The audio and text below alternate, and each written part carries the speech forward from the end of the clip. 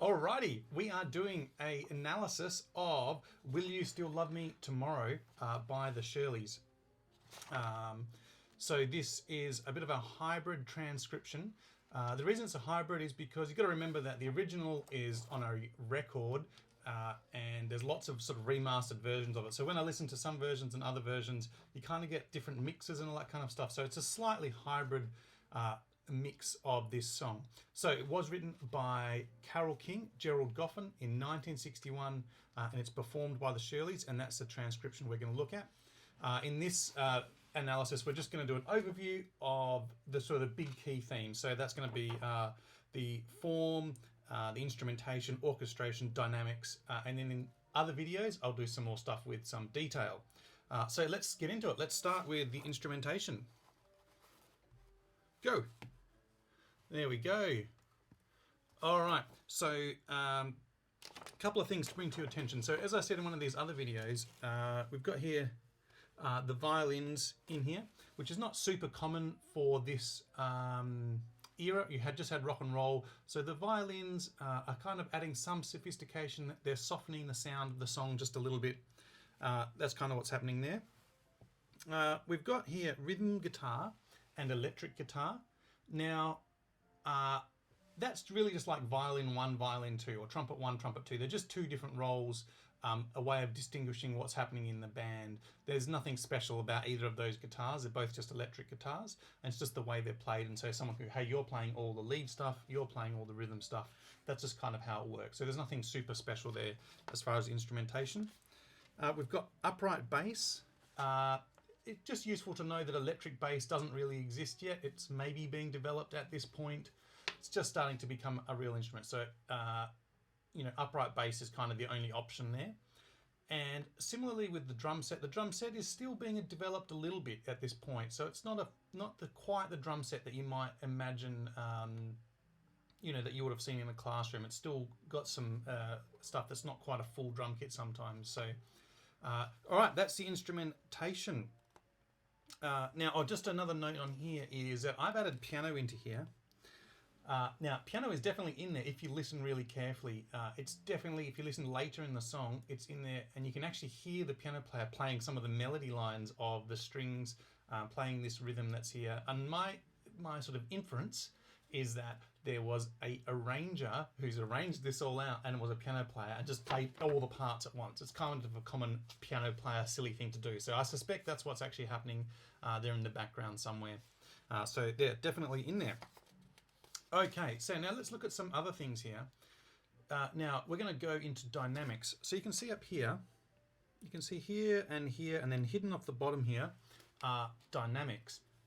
Now, dynamics in contemporary music aren't really a thing. And you go, oh, how can that be a thing? It's in the song. What's happening is that back in the day, probably in the 60s, and probably today as well, is the louder your song is, the further it goes on a radio wave. And so basically the deal is everyone tries to make their songs as loud as possible. If your song goes loud, loud, loud, then soft, then it just sounds like the radio cut out and stops. So people don't really use dynamics at all in contemporary music. And what these dynamics are doing is really just telling you the balance of the song. So for example, up here in the in the lead, this is saying, hey, that's supposed to be the loudest. This rhythm guitar, that's supposed to just be in the background, don't play it super loud. And the drum set, middle of the road, somewhere in the middle. Everyone else who's not said, probably somewhere in the middle. I think maybe at some point I put an F in the violin part because that's suddenly the lead. So we want the lead to be nice and loud. So really it's telling you how loud and soft the whole arrangement should be, or really the balance.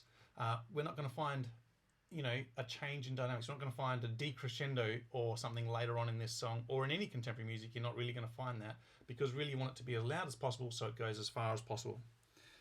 Now, just saying that, there are things that happen in the song that give you contrast or sort of replace dynamics.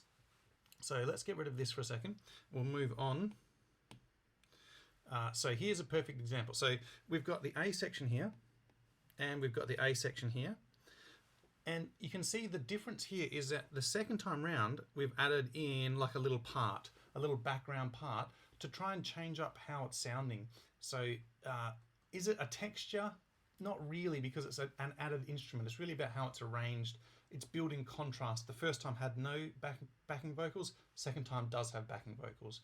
So it changes how it sounds. It's not louder or softer. It just is a different sound. Some other clever things that are happening. Let me get rid of that. Move on. Go. Oh, I went too far. Go back one. Thank you. So this one here is the B section here. And you'll notice a few things here. What are happening is that the A section has had this key note of a C being played the whole way through. Sort of the melody hovers around here. And then the B section, we're changing registers, or changing range, sorry, so that we now have A as our key note. So the A is kind of where the melody sits. Higher in the range, higher, probably a different register in your voice. So that changes how it feels. And also you'll see the piano is also going down. So again, that's changing the register of the range, sorry, of the B section. So you're getting a bit of a contrast into the B section by changing range. We're not going to change dynamics, though. So something for you to think about there. What's next? Okay, we're done with that. Done with dynamics. Let's get rid of that. Moving on. Beautiful. Let's look at key signature. So, fairly obvious. We're going to do a few things. First, we're going to check over here, make sure we've got no transposing instruments that are throwing us off. We haven't got any transposing instruments, so that's a good start. We've got a melody that starts on C. It ends on C because I know, because I wrote this chart out. We've got some cadences. So we've got, F, G, C, so 4, 5, 1 cadence. We've got a C chord. We start on a C chord. The bass starts on C. There's no sharps or flats, so we're in the key of C. Nice and easy.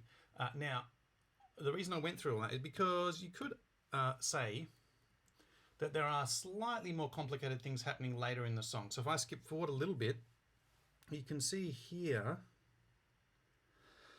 I've got an E chord, which is not from C major. I've got a G sharp, not from C major, and I've got an A minor.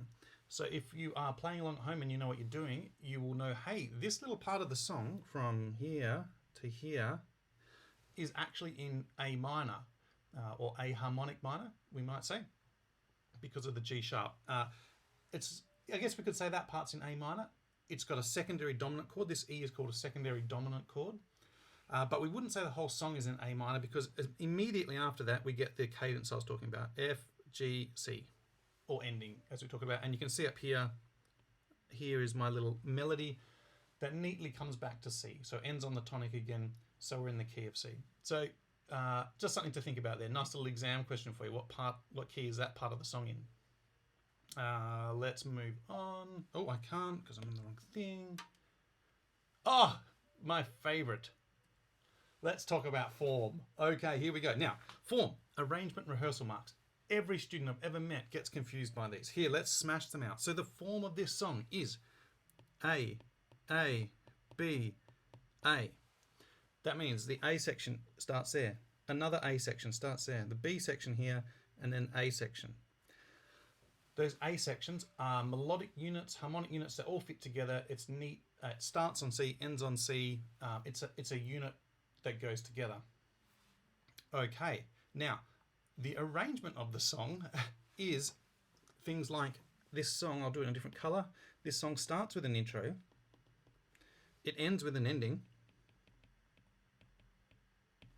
So, and then they play the form in the middle. So the arrangement of the song might be intro, play the form of the song, do something else at letter F. That looks like another A section there. So we're going to have another violin solo there. And then an ending. So again, the arrangement is intro, play the form, violin solo over the A section, ending. Let's do another color. These letters are not form. These are, you guessed it, rehearsal marks. All that is doing is it's telling you where to rehearse from. So if I'm the band leader, I can go, hey, let's go from the E section. Let's go from the B section. Let's go from the C section. I just got rid of a student then. It's fine. Don't worry about it. Too busy doing my recording. So where was it? Oh, rehearsal marks. So that's what the rehearsal marks are for. Now, what can be confusing is somebody might go, hey, let's go from the A section, and they mean the A section of the form, or let's go from the B section of the form, and you need to go, oh, is that the B rehearsal mark, or is that the B of the form? So that's obvious. That's why it can get confusing, and that's why they probably invented rehearsal marks. But important for you to remember, the actual form is AABA, that kind of stuff. All right, I'm going to hopefully will show you why this matters in a second. Let's move on. Oh, I didn't do it right again. Got to press that button first. Hey, your favorite, some exam questions. Okay, so let's smash through some of these.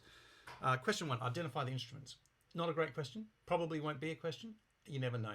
It's not a great question, one, because you would, of course, just go to the score and it would tell you what instruments are in it. And also it's worth 1 mark, and you'd have to list about 10 instruments.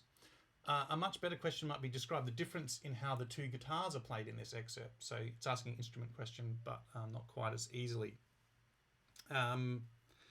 Identify the form of the composition. Again, not a great question. AABA. You can guess that. D, a much better question. Where does the B section form? Give me the bar number the B section starts on. That would be a great question. So then you'd have to think about the arrangement. You go, oh, well, there's an intro, then it goes AA, and then it goes B. So that's a better question. I like this question. Here's a question. Compare the use of dynamics in this piece with another set work. That's probably a nice little question rather than saying identify the dynamics or tell me what piano means or something like that. That's great if you're in year 7, but we're trying to do a little bit more analysis. So good question. And as always with questions and tests and exams, don't get put off by a random question like name the artist who sings lead vocals. So it's not the Shirelles because they don't sing lead vocals. Make sure you don't get put off by that. There's always those kind of questions in tests. Okay, thanks for listening, and I will see you soon.